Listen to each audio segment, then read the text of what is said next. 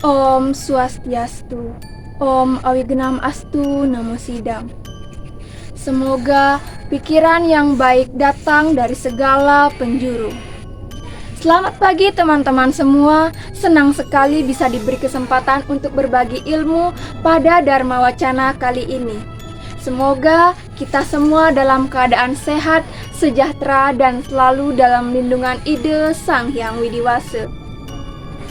Sebelum memulai, izinkan saya memperkenalkan diri terlebih dahulu. Perkenalkan, nama saya Putu Sri Ardani, mahasiswi dari Sekolah Tinggi Agama Hindu Negeri Empu Puturan, Singaraja.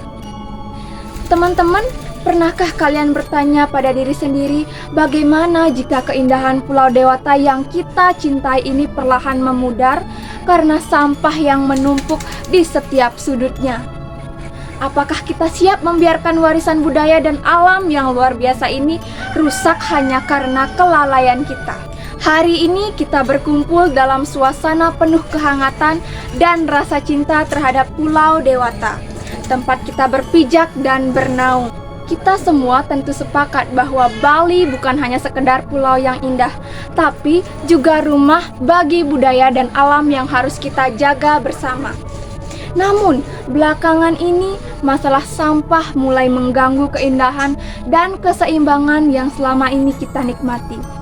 Bahkan mencapai 1,2 juta ton pada tahun 2024.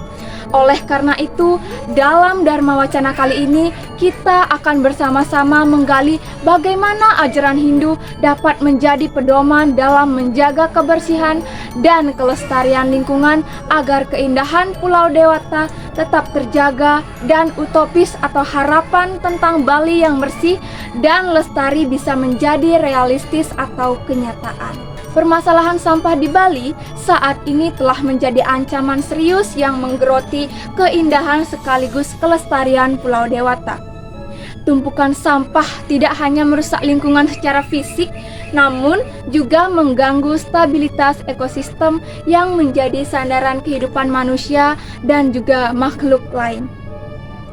Pulau Dewata yang dikenal luas dengan tradisi Hindu yang kental mengajarkan bahwa alam merupakan perwujudan ide Sang Hyang Widiwasa yang wajib kita hormati dan kita rawat. Kerusakan lingkungan akibat sampah berarti pelanggaran terhadap dharma, yakni kewajiban suci manusia untuk menjaga keharmonisan antara manusia, alam, dan juga Tuhan atau ide Sang Hyang Widiwasa. Maka dari itu, aksi kepedulian terhadap sampah merupakan kewajiban spiritual sekaligus sosial yang harus diwujudkan bersama demi menjaga kelangsungan hidup dan keindahan Pulau Dewata ini. Nah teman-teman, tahu nggak sih, Suksma Karmani Mahatpalam mengajarkan bahwa tindakan kecil yang dilakukan dengan ketulusan dan keajegan dapat membuahkan dampak luar biasa bagi kehidupan. Dalam konteks menjaga keindahan Pulau Dewata atau Bali, kepedulian terhadap sampah merupakan perwujudan nyata dan suksma karmani atau tindakan sederhana seperti membuang sampah pada tempatnya, memilah sampah organik dan anorganik, serta mengurangi pemakaian sampah plastik. Meski tampak sepele, kebiasaan ini bila dilakukan secara terus-menerus mampu menghasilkan perubahan signifikan dalam mengatasi krisis sampah yang mengancam Pulau Dewata. Dengan demikian, melalui kesadaran dan komitmen bersama, mimpi utopis untuk menjaga Pulau Dewata tetap bersih dan lestari bukan lagi sekedar hayalan, melainkan menjadi kenyataan yang dapat dinikmati oleh generasi masa kini dan mendatang. Dalam Isa Upanishad Adhyaya 1 Sloka 1 menegaskan Isa wasyam idam sarwam yakin jagat yama jagat. Artinya, segala yang ada di jagat raya ini, baik yang bergerak maupun tidak, adalah milik ide Sang Hyang Widiwasa. Sloka ini menekankan bahwa alam beserta seluruh isinya merupakan wujud ide Sang Hyang Widiwasa yang meliputi segala sesuatu.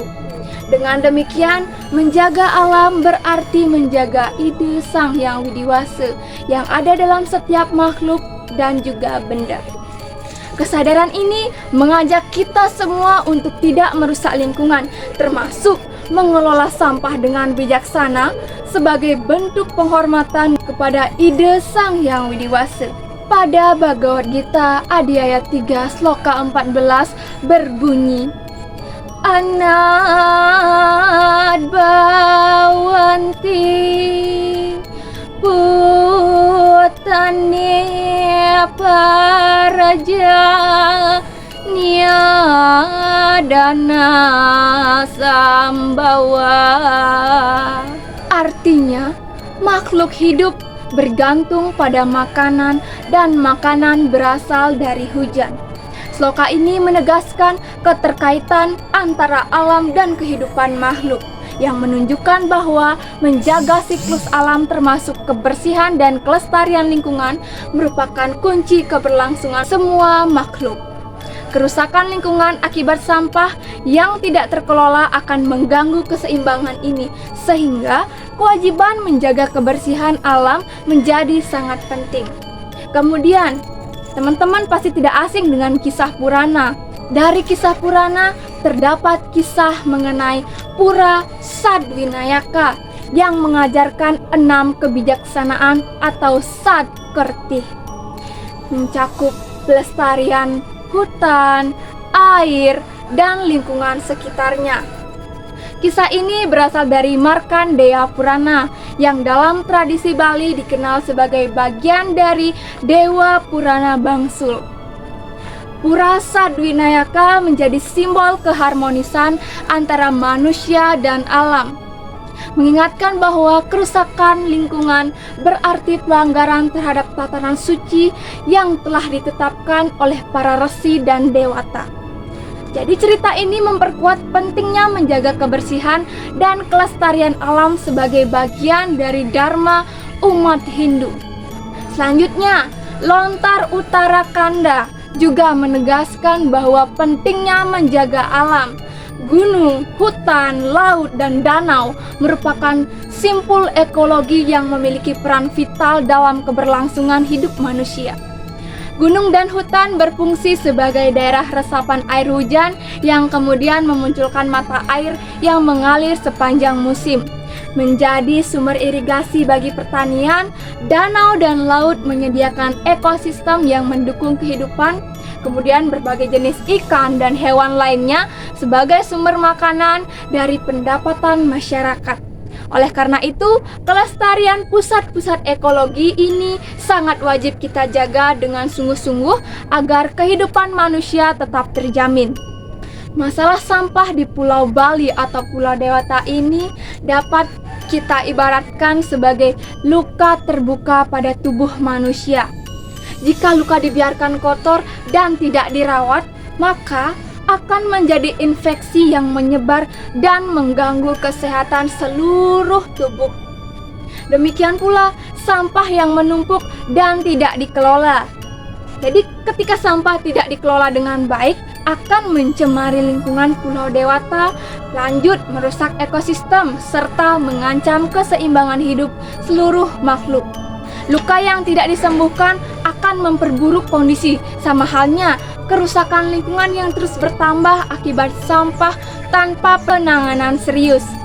Maka dari itu, tindakan membersihkan dan merawat luka atau dalam konteks ini mengelola sampah dengan bijak merupakan langkah penting untuk memulihkan kesehatan dan keindahan Pulau Dewata. Jadi ini menjadikan Pulau Dewata tetap suci dan lestari bagi generasi mendatang. Solusi untuk mengatasi masalah sampah ini di Pulau Dewata yang selaras dengan ajaran Hindu dapat kita tempuh melalui penerapan tri kerangka dasar, yakni tatwa, susila, dan upacara. Pertama, teman-teman sudah tidak asing lagi dengan kata tatwa. Jadi apa sih itu takwa? Takwa berarti ajaran kebenaran atau hakikat yang menjadi sumber pengetahuan yang mendasar tentang ide Sang Hyang Widi-Wasa atau alam semesta ini.